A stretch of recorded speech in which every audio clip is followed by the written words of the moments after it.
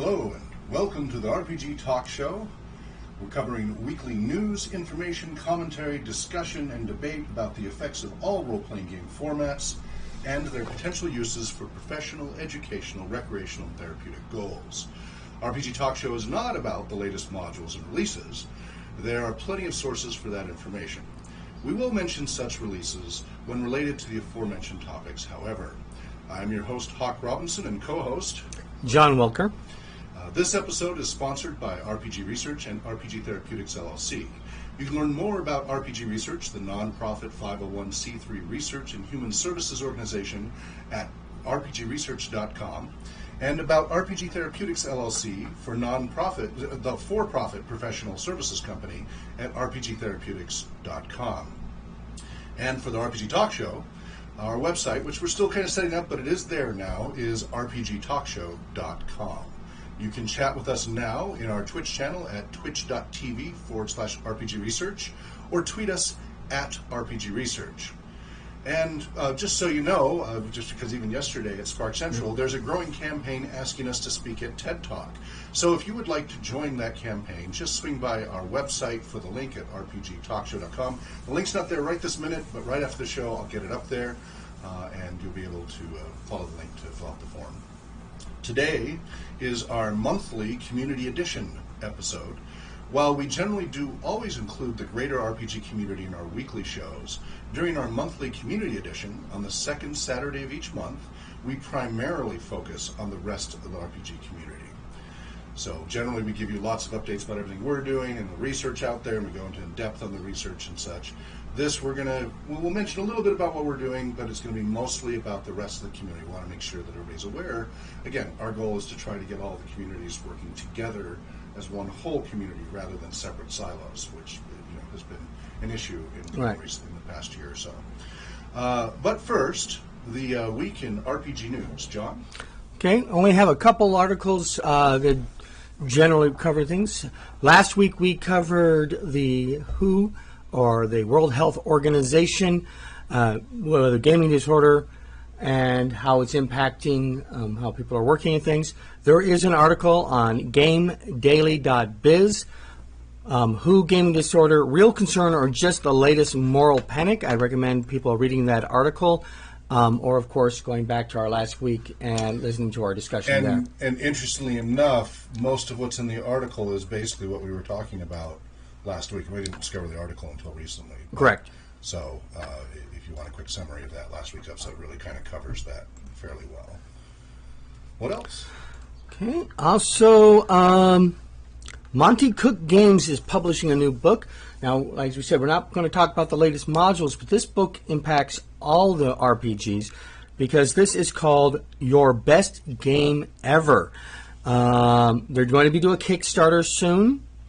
And Robin Laws, who might be the godfather of gaming advice books, and Mike Shea Sly-First also has made a name for it. But Monty Cook Games, creator of Numera and No Thank You Evil, is coming out with a new book on advice and suggestions for enhancing your role-playing game experience at the table and away from it. They're calling it Your Best Game Ever. This is an insider's look at everything that isn't part of the game rules, building chemistry in your gaming group, making a character you will love and remember forever, running engaging and exciting games your players will always look forward to, creating thrilling adventures, finding all the right ideas, hosting memorable games, and that's just for starters. This article, of course, can be found on nworld or enworld.org. The reason it's relevant to us is we're writing something similar already. So for years, I've been aggregating RPG optimization techniques to optimize the role-play experience so that you can increase immersion and the potential for flow state experience, which is currently freely available on our website. If you go to rpgresearch.com and then go to the research section and just basically type it in the search box on the research section, optimize, and I think there's actually a link on the research page. Right. It's years and years of research data on how to optimize the role-play experience, from temperature control to group size to session frequency to GMing techniques to player management. It's quite lengthy. It sounds like maybe we need to hurry and turn it into a book or something. Right, we need to compile that and make that into a book. But it is freely there at length. I still have hundreds of pages more of notes to upload and integrate into that. So there's some placeholders there, but there's a lot there already. A lot of people have found it handy already. But yeah, it'll be interesting. We've supported Monty Cook Games, especially the No Thank You Evil side, frequently. In fact, their last Kickstarter, they quoted us several times, several of our stuff, Right. because we use it. For No Thank You Evil. Yeah, we use No Thank You Evil in a lot of our programs, especially with youth, but kind of youth of all ages. So it'll be interesting to see what they come up with. I definitely will be getting a copy myself. Now, this next article is again from enworld.org. Lost Tales of Myth Draenor is now on the DMs Guild. Adventures League is the Wizards of the Coast Dungeons and Dragons organized play. Mm-hmm. And they produce modules. You download them on the DMs Guild, or you buy the hardbound books and you can run those for organized play. For a little while there, they had a book called Lost Tales of Myth Draenor, which was an Adventures League legal module series of 6 different stories, all of them set around the Forgotten Realms area of Myth Draenor, which was an elven city that's been long abandoned, full of old magics and things like that. It was meant originally as a free giveaway at conventions. You could not buy this book. I was able to get 2 copies because of my being a previous coordinator. One which I gave away to my best dungeon master, or the one that did the most work at the last Spokon that I did. The other one I kept for myself. Now, this year, Spokon, which will be August 10th, since it is now available on the DMs Guild, we will be using this for most of our Adventures League play. Will be coming directly from this book. And you're running that at Spokon. Right. I am the vice chair of gaming at Spokon, and both you and I will be doing panels. Have you checked out your list yet? Because you're like 5 or 6 panels. Great. Just point me where to go, and I'll do it. All right. As far as panels, I'm happy to do that. Yeah, so Spokon's here in Spokane, Washington, and that's August 10th through 12th, right? Right. 11th and 12th. And then the day after that, I hit the road on the Great Western RPG Tour. Yeah, and just before that, you'll also be in Seattle for a rehearsal. Yeah, August 1st will be at a wedding rehearsal for my fiance and I are getting married July 4th next year, 2019. So it's at, I think it's the Monte Cristo Ballroom or something like that. And so I have to come out there August 1st for rehearsal, and then again the day before. But yeah, so that'll be fun. As long as it's not the Count of Monte Cristo. Yes, indeed. I will be imprisoned. Well, that was, I was reading that back at Realms back in, I don't know, 8th, 9th grade. And that was when I used to speed read, and I started getting headaches because I started to need glasses for the first time. Right. And I remember that was the book I started getting headaches with, speed reading through it. So, but anyway, yeah, and then just to mention, since I brought it up anyway, August 13th till September, I will be on the road with the Wheelchair Accessible RPG trailer and the Wheelchair Accessible RPG bus. And the bus right now, I just dropped it off today, is at the place getting the other half of the exterior wrapped with more artwork, and then the website on the top, on the front and rear. So hopefully before Tolkien Moot next week, which is a week from today, I'll have the bus back with both sides wrapped, and we'll be on the road August 13th through September. We'll drive from Spokane down to Tri-Cities. We'll stop. So people are already starting to make appointments so that I can meet them.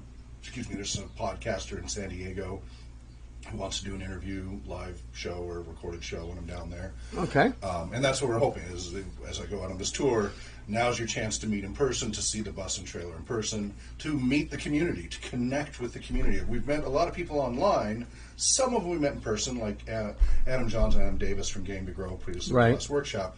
We've met multiple times in person. You know, there's some video of us in the trailer and stuff like that. Some great times, and Dr. B, also, he and I met once in person, and Everybody else that we'll be talking about today, like Jack Birkenstock and Professor Bowman and the others, pretty much all the engagement's been through online communities. Right. And so, I'm hoping that we can connect with more people. There's a woman running her 26 plus years D&D camp down in Oakland, California that I hope to meet in person finally, because it might be the last year she's running it because she's had health issues and Right. such.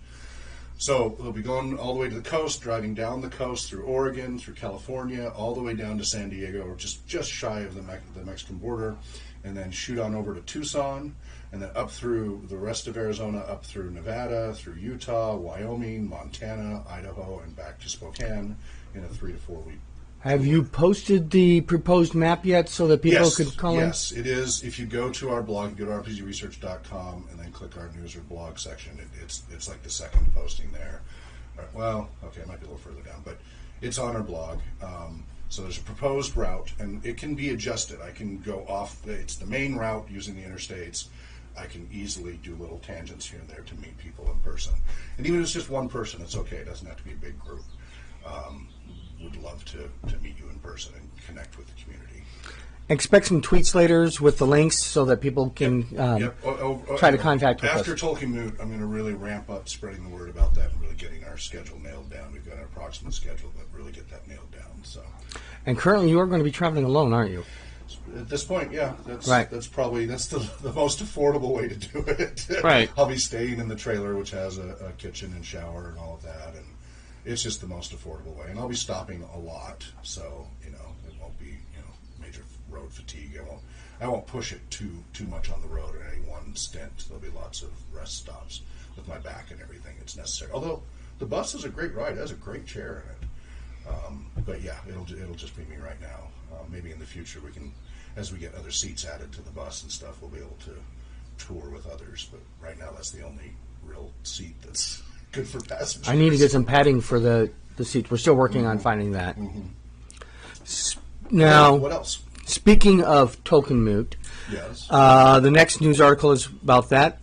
And the New York Times has published an article, Inside J.R.R. Tolkien's Notebooks and a Glimpse of the Master Philologist at Work. Yes, and a philologist is somebody who studies the history and evolution of language. And Tolkien had a fascination with language since he was very little. He and his little brother came up with their own little animal language, animist type language when they were young, and it was the beginning of many languages. And he just had a fascination like, well, how did that word come to mean that? Why is it said that way? How did it change over the centuries? And his works of the Silmarillion and everything are based on he was creating languages, and he realized that language doesn't happen in a vacuum. It happens in a cultural and historical context, and that they change over time. And he needed a world, so that's what's different about Tolkien that other authors just don't seem to get. Everybody goes, the next Tolkien author of historic, fantasy, etc. Except, as far as I know, no other fantasy author that I know of, and I could be mistaken, but as far as I know, no other fantasy author has first started on the language and created a world to explain that language, rather than create a world and then bolt in a language, which is what most people do, right? That seems to be logical. No, Tolkien did everything backwards in that respect. Now, Martin, for Song of Fire, Ice and Fire. Song of Ice and Fire, yeah. The Dothraki language was actually written after the television series. When the television series was greenlit, it was written for the show, not the book. Right, yeah.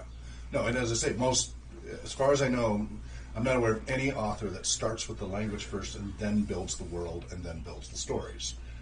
And that's what Tolkien did. That's what's so different that a lot of people don't get about his approach. And it isn't for everybody. In full disclosure, I am founder of the Tolkien Society, an official smile of the UK Tolkien Society. So I'm a big fan of J.R.R. Tolkien and his works. We have monthly meetings that we broadcast through TolkienScholars.org. And we have our annual convention, Tolkien Moot 14, in 1 week from today, so Saturday, July 21st. Tolkien Moot 14, free and open to the public, but you must RSVP. That's at TolkienMoot.org. And we have published author and essayist Michael Martinez, as our wonderful guest speaker. He's always wonderful contributions. This year's theme is the Entwives. What happened to the Entwives? For those who followed it well enough, there's the Ents, like Treebeard, and they sing a song about the missing Entwives that were lost long ago. We're going to try to answer that in this year's theme with the adventure. Keeping it as canon as possible. Keeping it as canon as possible. We've done a ton of research. Brian Hughesland has done great yeoman's work. Just lots of. I helped guide him through the research, but I've been so busy with everything. This is the first year I haven't had to write everything. Brian has been doing the lion's share of the research and the writing. I've helped guide him through the process, and he's the secretary for our Tolkien Society, and he'll be running the One Ring role playing game as the lore master of this adventure. John, you'll be running the Adventures in Middle-earth version. Correct. D&D 5th edition based. And then maybe we'll have one or two other tables. We'll see. We're going a little light this year because we've been so busy with other projects we haven't been able to do. We're hoping next year we can bump it back up to 3 days and give it its full glory again. But yeah, so that will be broadcast. So instead, we will not be here next week to do our talk show. We normally don't skip. Now we're back in routine. But it is Tolkien mood. Right. We will be tied up. We will, however, on this channel, twitch.tv/RPG Research, be streaming live at least this table, and possibly one other table, maybe through YouTube or something as well, on youtube.com/RPG Research. We'll see how Brian feels about that. He may not be comfortable, but we'll see. And then, so this table will be streaming live, which I'm assuming is what yes. you want. And then from 1 to 3 p.m. Pacific time. So Tolkien Mood starts. People show up 7 a.m., 8 a.m. We officially kick it off Pacific time. Gaming starts shortly after that. From 1 p.m. to about 2:33 p.m. will be Tolkien Society with Michael Martinez. He'll be remoting in. We'll be discussing all these topics. We won't have spoilers in that discussion because there'll still be 2 more game sessions left about the fate.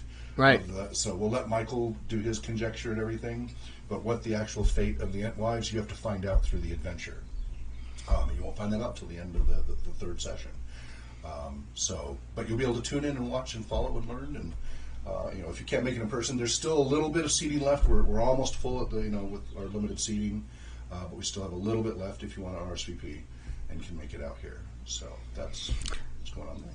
And Stephen Colbert, if you happen to be listening because you got lost on the internet, I did set out a challenge to you to have a trivia contest because you are the king of the nerds, as you have claimed, when it comes to Tolkien. Martinez with us. Yeah, with Michael Martinez there. Right. Yes. So we'll have our best person, Michael Martinez, versus you for a challenge. Yeah, we are taking a liberty, assuming Michael Martinez would take that on. I'm pretty sure he would. Right.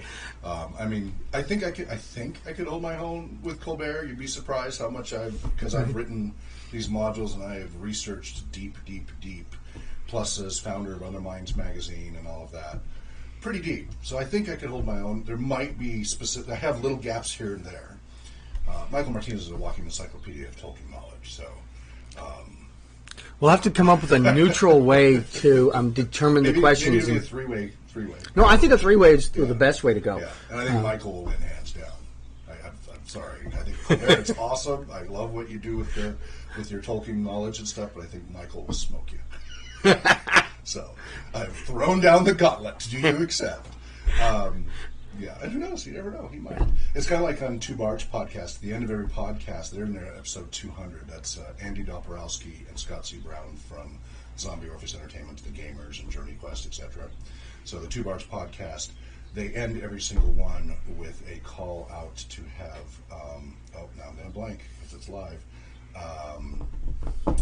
cosmologist, he learned from Carl Sagan, African-American. I know who you're talking about because I'm on that. Of course I'm going to blank right now. Anyway, at the end, every episode saying, hey, come talk on our show, come talk on our show. Well, how about a nice little Tolkien trivia, like 15, 30-minute trivia game, 3-way. And you can remote in. You don't have to be here in person. We use Jitsi. We're always able to host remote guests and stuff. Right. I think it'd just be fun. It'd be, I'm sure you have a very, very busy schedule. About 15, 30 minutes or so, a little prep time before and after. Just have a little fun with some of your fellow Tolkien nerds and geek out on that. I think you'd have fun. We know way more than Peter Jackson as far as lore. So that was of course you smoked it. That was to be expected. So anyway, so the gauntlet is thrown. We will see what happens. Okay, and spread the word. Whether we do this at a Token Society meeting or at a Token Moot, well, that'll be determined in advance as well. We will totally work with Colbert's schedule. We will work with you on it. We'll record and then broadcast later if we have to. Yeah, whatever you want. Yeah. We're flexible. So. Okay, so that was my news articles. The Who gaming. That was the article we covered that. We did, yeah, that was right. the Okay, first yep, one. Yep. Sorry. Okay, yeah. Then we go to more of the community. You want to talk about Bodhana Group? I was actually going to go for Game to Grow first, but let's go ahead and do No, Bodhana. that's fine. I don't want to throw you off there. That's fine. So Game to Grow. Okay. We had been talking previously about professional GMs and facilitators. And how we have about 30 openings right now. Right. For Well, 10 game masters, and then 5 facilitators, and 5 advocates, and then a whole bunch of other supporting roles. Game to Grow has one opening. Okay. Now, they are in Seattle, just in case everybody wasn't out there to aware. Game to Grow is the two Adams. Mm-hmm. Adam Johns and Adam Davis. And they are... Let me interrupt your flow. Yeah. Yesterday at Spark Central, so Adam and Adam, if you happen to catch this, or somebody want to tell them about this, we ran into. I won't use names because of protected identity information, but you HIPAA. may know. Well, it's not really under HIPAA because it's a community center, but it's still just privacy considerations. At one of our programs down at Spark Central yesterday, we had a couple of boys there, one on the spectrum. Poor dad, he had 3 kids on the spectrum at the table this time. A whole range of functionality. And Dan did a good job. He handled it well with all the chaos of the community center, and he did a good job. Anyway, one of them, there's a couple of young brothers and the mother there, and they moved recently from Seattle. And apparently, one of the Adams was the 4th grade teacher for one of these boys who helped introduce him to D&D. Yep. And so then when they moved from Seattle to here, they were really bummed about, hey, I wish we could continue that program. And then they stumbled across what we're doing. And they're like, oh, yay, thank goodness. And so they're able to continue it. So I just thought you'd like to know that.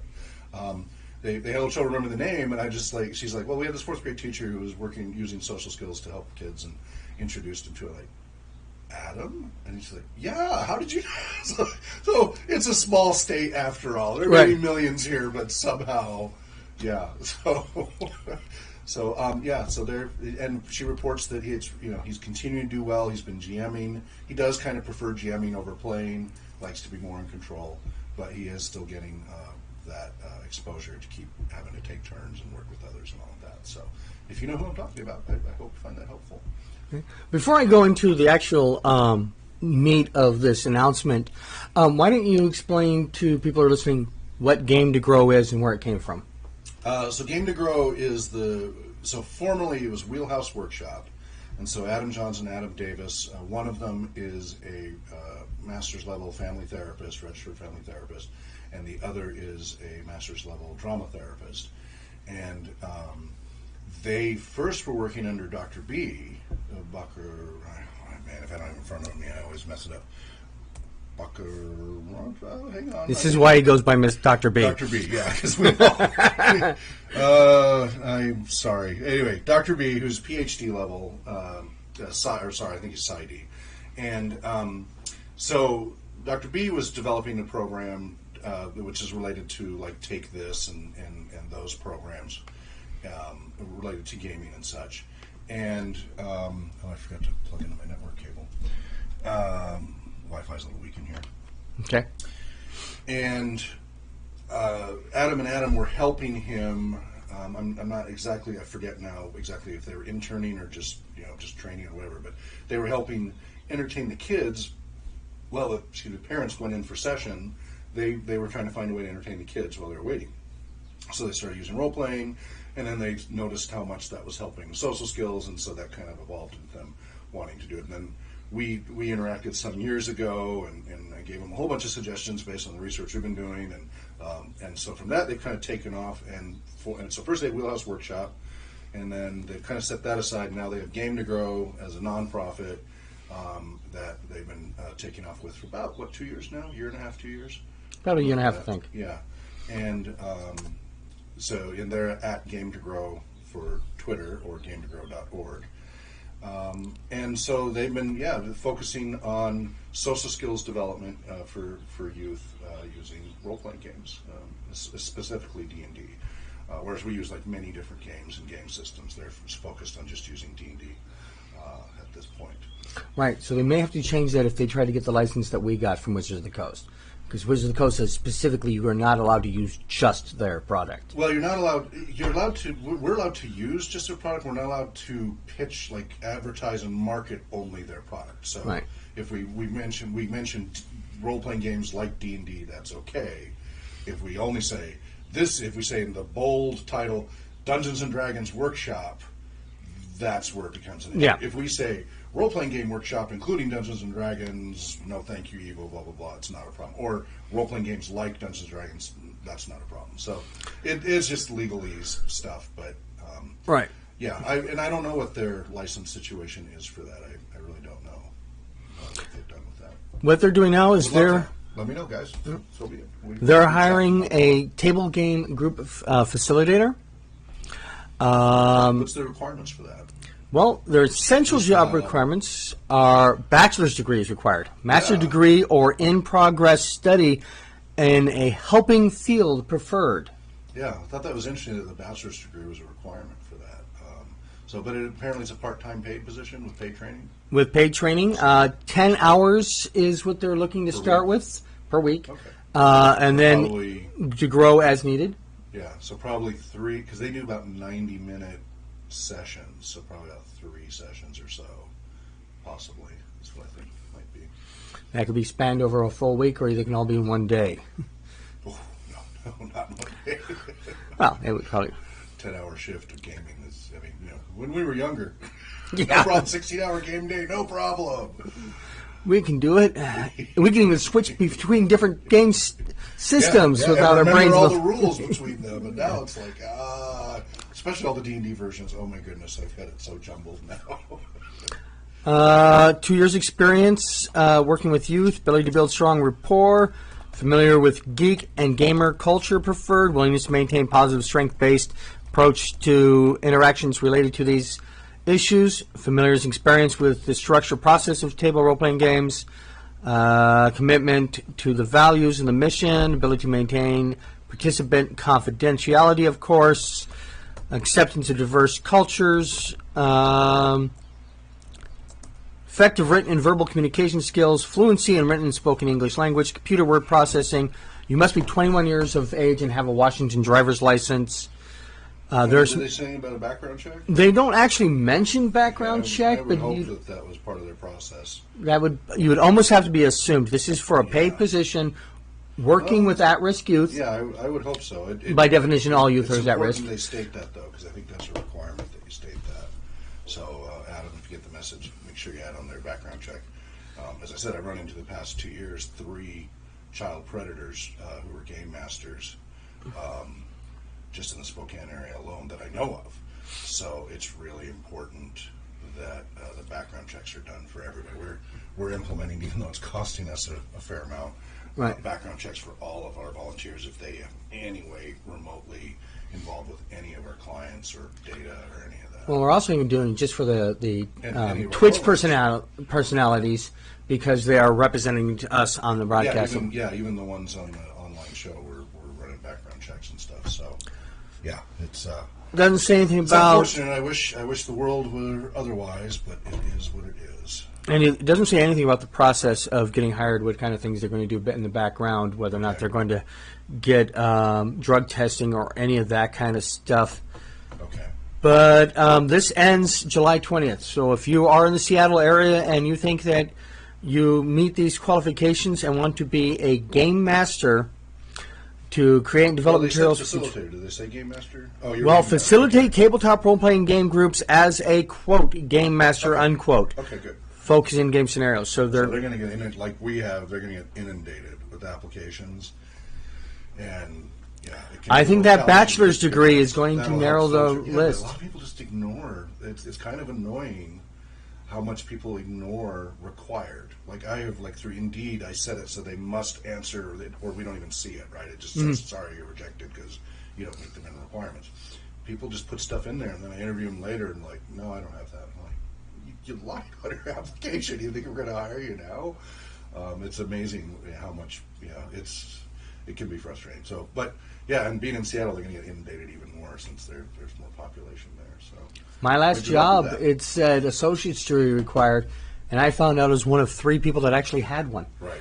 Exactly. So I'm trying to get Twitch enabled because so on Twitch we're now we're eligible to become an affiliate because we got enough hours, etc. And all of the above. But in order to do that, I had to enable 2-factor authentication through the phone stuff, and their system's slow. Like, so I want to log in, I'm supposed to get a code, and it takes forever to arrive. Sometimes it expires before I can log in. Oh, that's inconvenient. I'm trying to get logged into Twitch so that I can answer if there's any comments in the Twitch channel. So like, well, I need to remember to do that. Send us a tweet if you need to get something right away. Or you can call us toll free in the U.S. 833-RPG info extension 710 if you want to call in by phone, and I'll put you on speakerphone as long as I don't know if I dare do that without a time delay. Right. But at least I can relay for you if you have any questions. So anyway, so that's Game to Grow and the Adams and so great folks there, and they're doing great things. And check them out at gametogrow.org, and on Twitter it's @GameToGrow. And then you also got Bodhana Group. Correct. So go ahead, give us an introduction of who the Bodhana Group is. So Bodhana Group has, what's their 8th annual? 8th annual. Fear Convention. And, Harrisburg Mall. Okay, and yeah, they're in, is that Pennsylvania? I know they're on the East Coast, and I forget if it's Pennsylvania or where they are. If you scroll to the very bottom, it might tell you. Let's see. Nope, maybe not. Their website's thebodhanagroup.org. They're on the East Coast. It's Pennsylvania. Yeah, they are Pennsylvania. And each year has a fund. They're also a 501c3 nonprofit organization that advocates the use of tabletop gaming as a directed therapeutic and clinical practice that can benefit personal growth as well as enhance social and educational services to individuals and families. And their focus has been trauma, people who've suffered trauma, and also sexual abuse. And so they're various therapists from different backgrounds, and the Bodhana reference is kind of a Buddhist reference, so kind of a mindfulness thing. That's increasingly been accepted in the psychological world about taking a more mindful, holistic approach.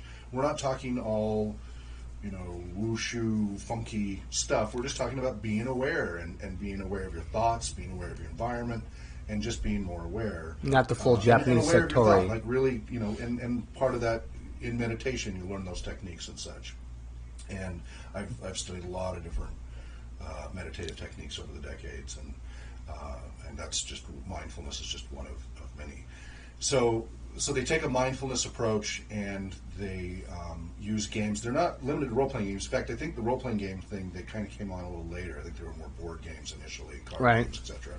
And then they just added that. So there's each year is a fundraiser for what they do. They have Save Against Fear. And you said it's October 12th to the 14th in Pennsylvania. And again, you can see the info on the Bodhana Group. So it's THEBODH. So ANA group.org, the bodhanagroup.org. And although I think, does their Save Against Fear have its own website? That might make it easier for some people. No, I just have thebodhanagroup.org about the convention. I didn't see an actual website specifically for it. If you type in saveagainstfear.com, it will redirect to the Bodhana Group. So good. That's a little easier for people to remember, saveagainstfear.com. So anyway, so Jack Birkenstock is one of the founding members of that, and he and I have dialogued for years. And what's interesting about some of their programs is not only do they work with the victims of trauma and sexual abuse and such, they also have been known to work with the perpetrators separately. They don't work on them together, but separately work with the perpetrators on the behaviors and the thoughts and processes to try to change the behavior patterns there, and that is pretty remarkable. Speaking of talking about the perpetrators, I trying to remember what country it was in, but in one of the East Asian countries had set up a domestic violence hotline. Mm-hmm. And the first thing they got surprised about from the statistics of the domestic violence hotline was about half the people calling in were male. And Jack talks about that too. Right. Yeah. The other part was they were surprised how many of those males that were calling in as the perpetrator. Oh, interesting. They were saying, "Look, I hit my wife. How do I stop?" Out of control. How do I? Okay. Yeah. All right. So it's at least to know that, because Yeah, it is a two-sided issue. Behavior. Yeah. Yeah.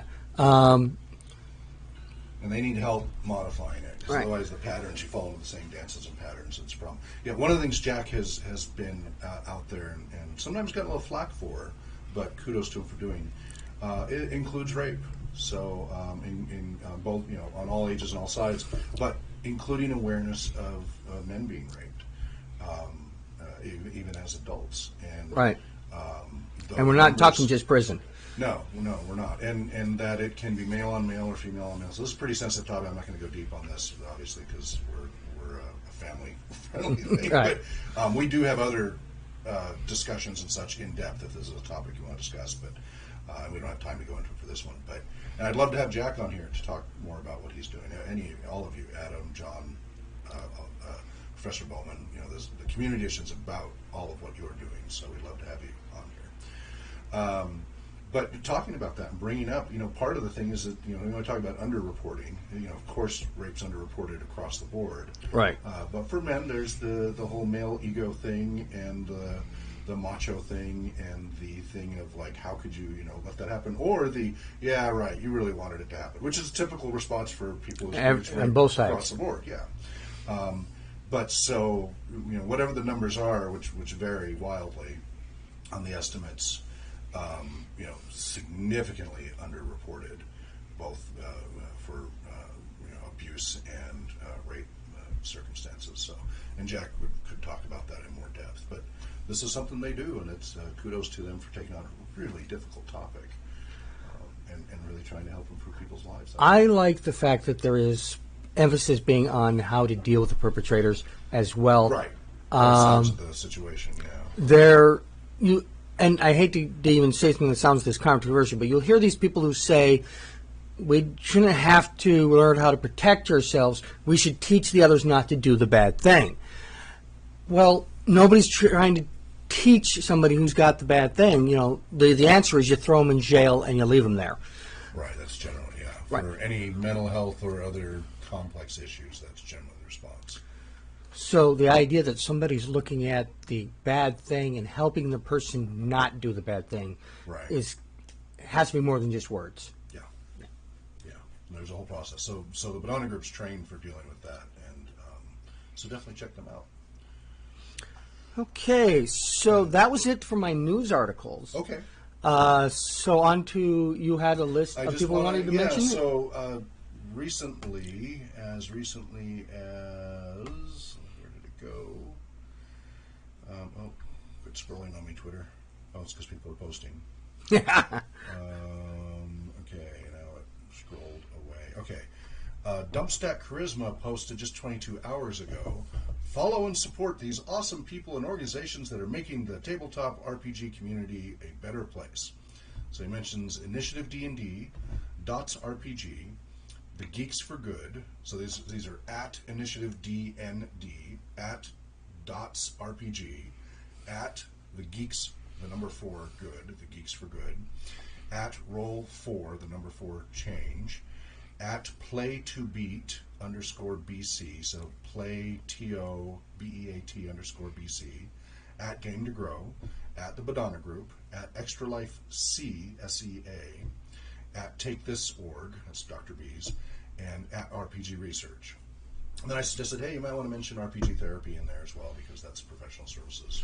That sounds like some more people I need to add to my follow group. Yeah, and I did for us. And so Take Initiative, I was not familiar with, so I went ahead and checked that out.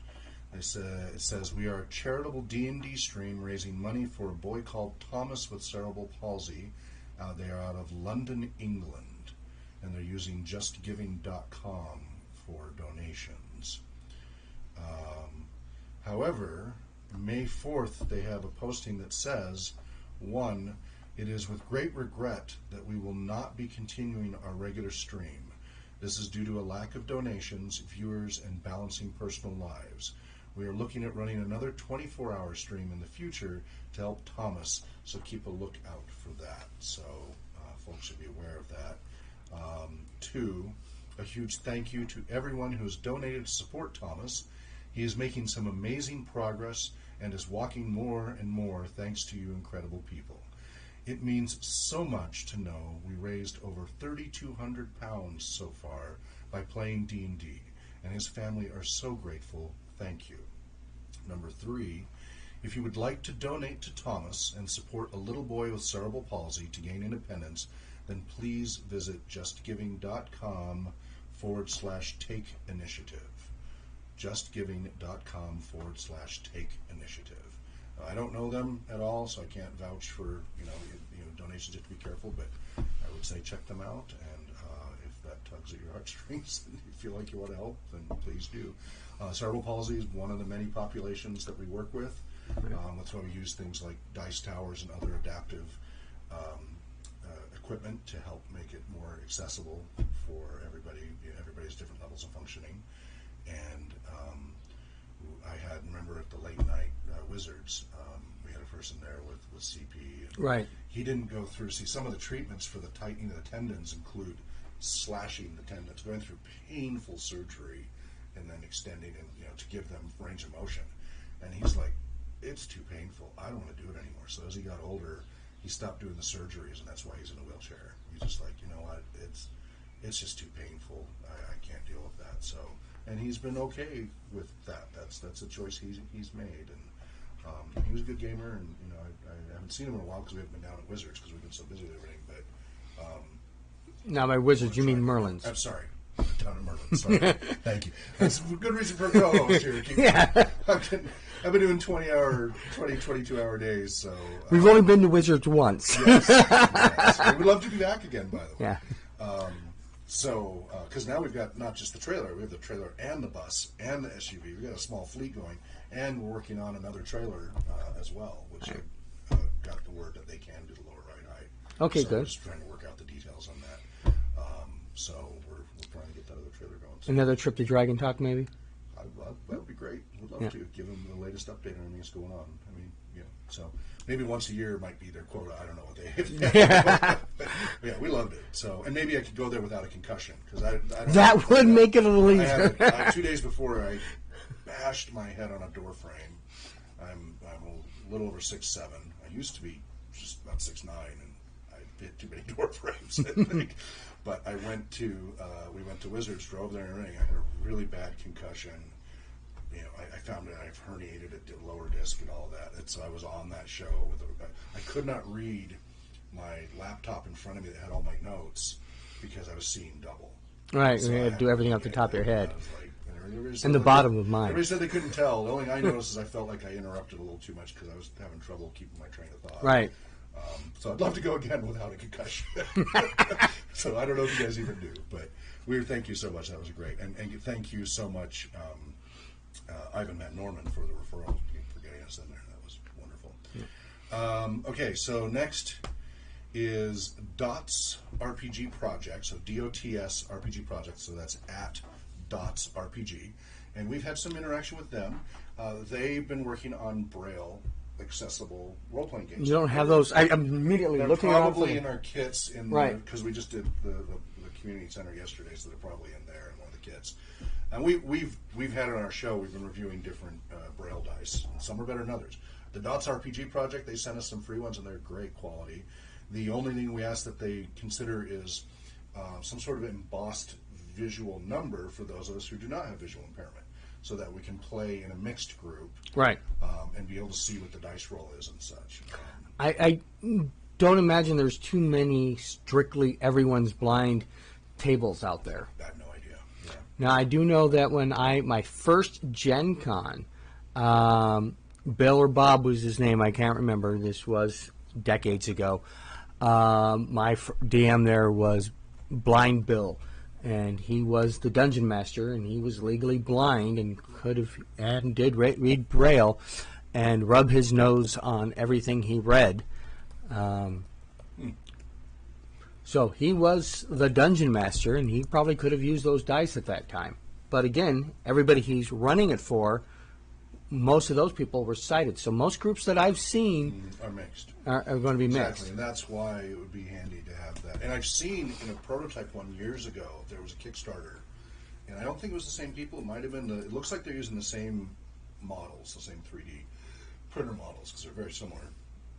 But they had in the Kickstarter the embossed numbers, which is great. It doesn't interfere with the balance. It as far as we know, and it's easy to see. And I think that's a good way to do it. We've been having to just marker them up, right? But that doesn't work on. I think the dark ones we got to use the paint pens instead. And so yeah, that's the only thing we gave feedback. Like the design was great. They just need to make it useful for non-visually impaired as well. So, and the nice thing is this big beefy dice tower actually handled the giant D20 for that. So that without an issue. Multiple impairments. Yeah. Boy, I still can't get an SMS message from Twitch so I can log in. So hopefully somebody is trying to communicate with us on Twitch, but if you are, go ahead and send us a tweet. You can email rpgresearcher@gmail.com, rpgresearcher@gmail.com. Okay, so next, that's the Dots RPG group. Check them out, support them with what they're doing. Really great project. They're also trying to help with other accessories for visually impaired, like Braille rule books, etc. Yeah, spread the word. Roll for Initiative, Save Geeks for Good. So this is at the Geeks for Good on Twitter. And they say, we are Geeks for Good Incorporated. We are a Twitch entertainment company streaming tabletop RPGs and video games for charity. Hashtag come play, and check us out on Patreon, patreon.com/geeks, the number 4, good, Geeks for Good. And I don't have a lot of I've been aware of them. I know they've been, supporting various groups, but they have not made contact with us, so I don't really know much about them. I don't really have a whole lot of info. Let's see, looking at their site. I just see that they're playing various games. I don't see who their latest person was they supported. So, again, been aware of them peripherally. They've been around for a little while, and so we just want to make people aware of them. That's kind of what we're doing this time. And any of you, if you have a community program that is about researching the effects of role-playing games of any format, tabletop, live-action, computer-based, or solo, adventures, books, and modules, or programs using role-playing games to achieve professional, educational, recreational, or therapeutic goals, we would love to have you on our talk show to discuss what you're doing and help spread the word. And so you can, again, rpgresearcher@gmail.com, or you can tweet us at rpgresearch. So I don't have more info on them. Do you have any more about them? Again, I've seen them peripherally, but... No, that was not one of the ones that were on my list. So I'm going to have to add them to my list and do some more research on them. Yep. And let's see. And then again, my goal is to try to get all of the communities connected, talking to each other, so we all know each other, and stop the silos that are starting to happen again. We're starting to roll back to the 90s, and that's very disturbing to watch. It's like, let's coordinate, work together, everybody. Let's share. Let's cross-post between all our websites what each other's doing in our blogs and news listings. Let's make everybody aware of everybody else's efforts. Yeah. I agree with the concept of having everybody has their own little silo that they're working in, but all the silos are connected. But let's share. Yeah, let's share. So that we have one big organization. Yeah, so the next one is Roll for Change. And at roll the number 4 change, Roll for Change. And their website is rollforchange.org. And their description on Twitter is, Roll for Change is a nonpartisan community of podcasters, artists, and other creators working together to advocate for a more inclusive and just society. But I assume it's through gaming because they have a big D20 with a heart on it. And they say their next streams, they haven't had an update since, that's their pinned post, okay. Well, the Roll for Change also, I believe I saw somewhere they say it was tabletop board games, basically. Okay. So I'm not sure how much role-playing games that they utilize. Well, they use a D20, so yeah, that's a good Yeah, question. so Well, I'm they have hoping a they pinned- do. They have a pinned tweet that says, and this is on May 2nd, our next stream will be on Saturday, July 14th, so that's today, Yep. to benefit the Trevor Project, which is the leading national organization providing crisis intervention and suicide prevention services to LGBTQ plus youth. We hope to see you there. And they just have hashtag tabletop gaming, hashtag LGBT, hashtag charity, and hashtag suicide prevention. But their latest post 3 hours ago is come watch our stream. 1 p.m. Pacific time. All proceeds go to @Trevor Project. You can donate at rollforchange.org/donate. So we'll have to learn a little bit more about what they're about. And so again, we're hoping, we found this because somebody shared. Now we're sharing with you, and we're hoping that everybody else, this is how they told their friends, and so on, and so on, and so on. Well, one of the things I've noticed recently, and I think I need to get in on the bandwagon of doing, is that it's BFF. Best friends forever? Well, that's what that means in the normal things, but in this group it means Best Follows Friday. Oh. So they list organizations and groups, hey, follow these people. So like that, what you're using as your list right now, right. That's a thing that traditionally gets, and by traditional it means something I've noticed recently. So they just did FF. They didn't do BFF. They just did FF. Right. Charity, RPG, D&D. Okay. So FF is a thing. So maybe on Fridays we need to start posting some of these lists. That would be good. That would be good. We've got a whole slew, and I really want to get more people out there that they don't really have, a media or web presence, but they're doing great work. Right. I talk to so many people all the time that nobody knows about, so I want to get the word out. The next one is, because we were running out of time, we got 7 minutes left. Goodness. It's at play2beat_BC, so it's play TOBEAT_BC, which is play to beat brain cancer. And they're a 501c3 helping children and families with medical debts due to brain cancer. Many different ways to support us. Just ask us how. And their website is ptbbc.org. It looks like they're based in Kansas City, Missouri. They have a pinned tweet that says, #cancer sucks and doesn't give a crap who you are, not your age, your gender, your skin tone, nothing. We, on the other hand, care about you. We help to remove the stress of medical debt related to brain cancer. Help us continue the fight by donating to a Brain Cancer Society charity, a brain cancer charity. I'm trying to find out, so it says play to beat brain cancer. What are they playing? Yes, I'm trying to find out from their Twitter feed. I do see a battle mat with a bunch of miniatures and a map of the steps of Augmented. I can't make that out. We have lots of dice, metal dice, aluminum dice, mini dice cups, blah, blah, blah, blah, backpacks and other items. So they're at CantCon. This was July 11th. Or this weekend right now. They're at CantCon, at KANTCON, looking for gaming supplies. So they have a lot of gaming supplies and stuff. So we'll have to read more about them. So again, didn't know about them. Now we do. We'll learn more about them. So some of them we know and some of them we don't. And we welcome people's comments. And again, be happy to have you on the show. Of course, Game to Grow, at Game to Grow. We've discussed that. And we're very excited by everything they are doing. They're Seattle-based. And they work with kids and social skills. Bodhana Group we talked about. They're at the Bodhana Group. Seattle Extra Life. Okay, that's why the C. So at Extra Life SEA is the Seattle Extra Life group. So we've done our Extra Life thing here in the past. Almost 24 hours of gaming because YouTube lied to us. Nasty little We YouTubers. stopped at 4 in the morning because it looked like nobody was watching. It turned out 700 plus people were watching. Yeah, my biggest audience ever, and I didn't even know it. Oh man, that was rough.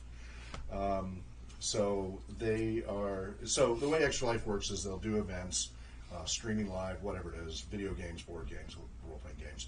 and then you're supposed to raise funds for the Children's Hospital. Children's Miracle Network. Miracle Network. Children's Hospital Miracle Network. That's it, yeah. So that's what that's supposed to be about. I've done like 3 events for them so far.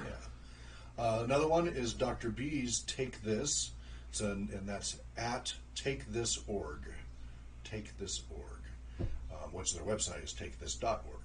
It's a nonprofit charity, seeks to advocate and educate about mental wellness. We run the AFK room. It's dangerous to go alone. Takethis.org.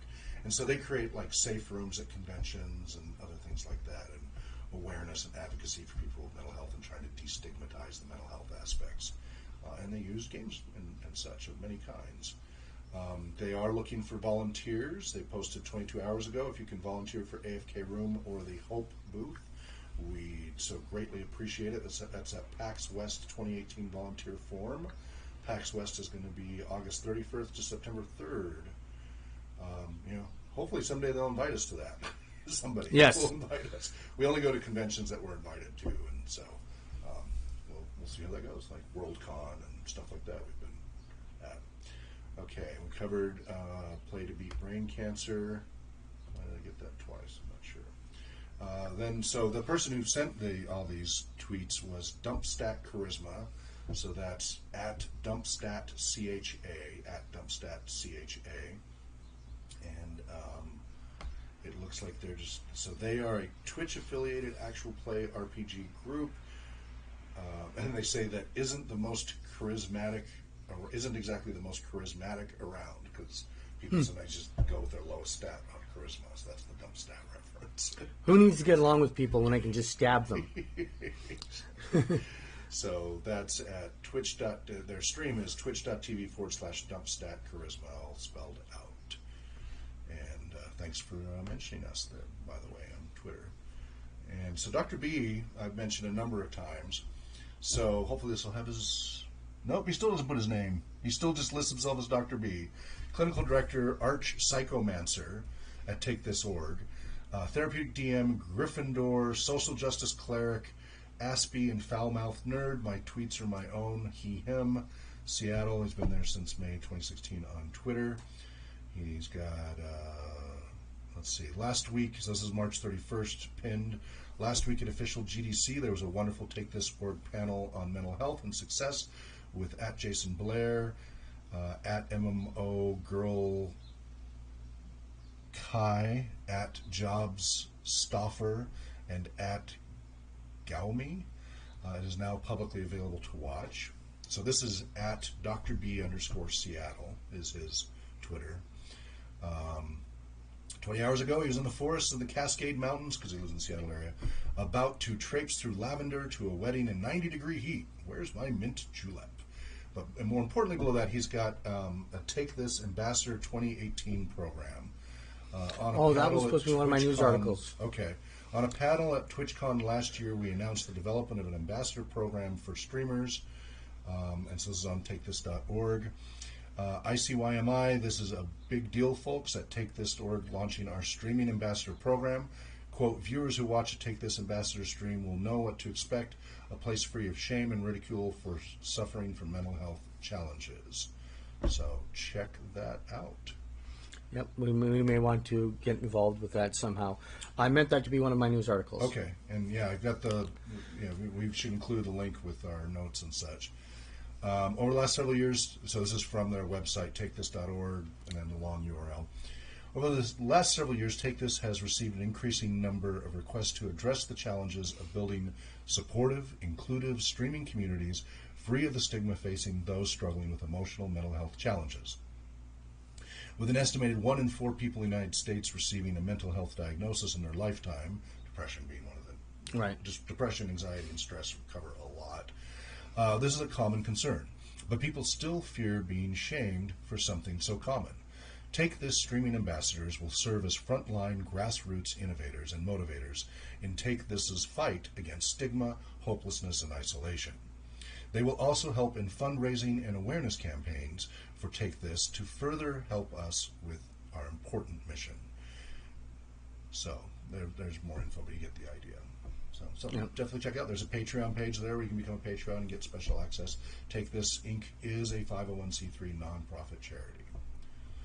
So I think, and we are out of time. We're at an hour. So I'll try to get some of those links. Again, we're in the middle of moving servers, which are all 190 domains and 40 websites. One webmaster, me. And Tolkien isn't exactly a week from now. So getting everything ready for that, and the Datillo book chapter, and and your other book you need to write now. As fast as possible. My wife to murder and Gildo to frame for it. Frankly, I'm swamped. Those of you who know Princess Bride. There. You must have your health. Yes. Yeah.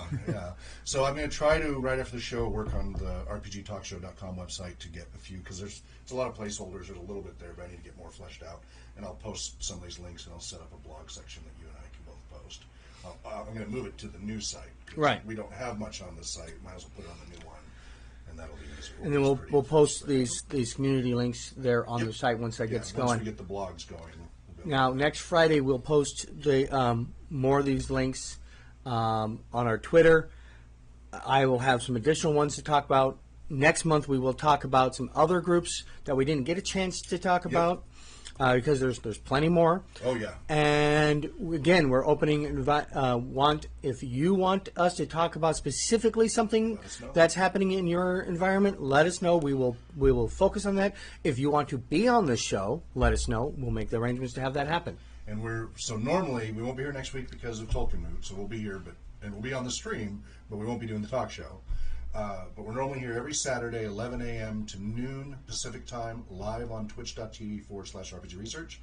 We then take the recorded version offline and upload it to our Patreon supporters. We have a higher quality one recorded locally. Right. And we upload that to our Patreon supporters, and then it goes through releases, and eventually a few weeks later it's released back to the public and such. But we want to thank our Patreon supporters if they can't tune in live. But during the live show, post questions and we interact with us real time. So, and to clarify, when we release it to the public, that's going to be on YouTube, correct? Yes, we release it on our YouTube channel. YouTube.com/RPG Research. Correct. And I think that's about it. So thank you very much for everybody who's had comments and support. And we look forward to your questions and comments in the future. Wherever you may be well. Happy, healthy gaming. Namaste. And dream well.